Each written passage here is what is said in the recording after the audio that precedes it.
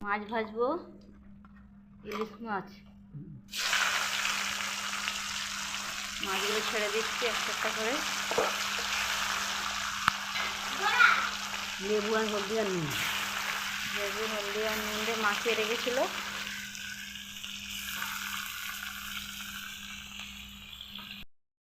মাছটা আজকে কি দিয়ে রান্না করবো? একটু দেবো না। মাছটা অর্ধেক ভাজা হয়ে গেছে, আর উল্টে দাও। ভাজছে মাছটা?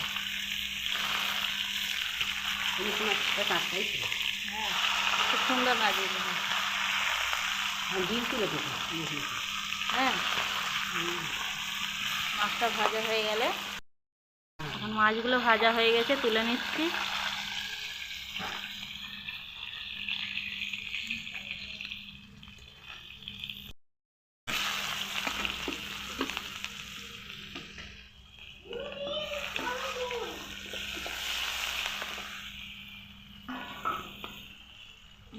পেঁয়াজটা দিয়ে পুড়িয়ে আসছে, পেঁয়াজটা একটু লাল হয়ে গেলে আস্তে আস্তে সব মশলা দিয়ে দেবো। সব একসঙ্গে মশলা রাখা আছে, এগুলো এখন ঢেলে দিচ্ছি।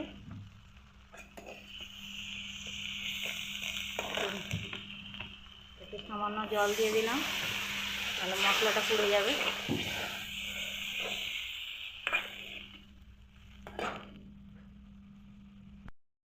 এটা কচু কচু ভেজে রেখেছি, বেগুন আলু ভেজে আলাদা করে রাখা আছে।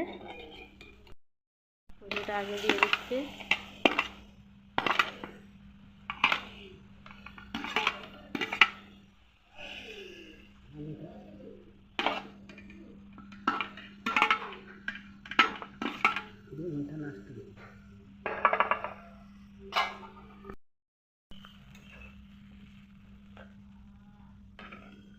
কচু দিয়ে বেগুন দিয়ে মাছ খুব সুন্দর লাগে না খেতে?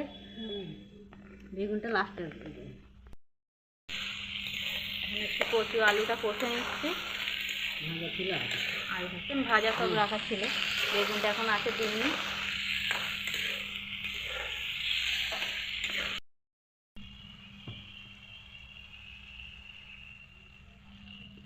জল দিয়ে দিলাম, একটু ঝোল,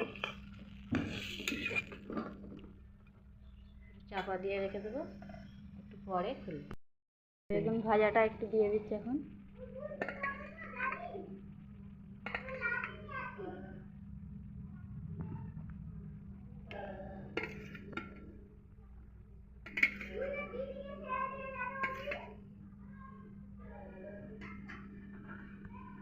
একটু চাপা দিয়ে দাও, একটু পরে মাছ।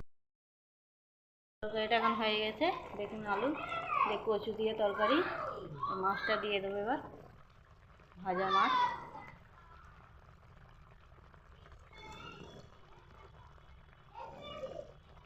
আমার তো একটা ভাজা মাছ রেখেছো তো? তুমি ভাজা খাবে না? একটু ফুটে গেলে নামিয়ে নেবো। মাছটা এখন হালকা আছে,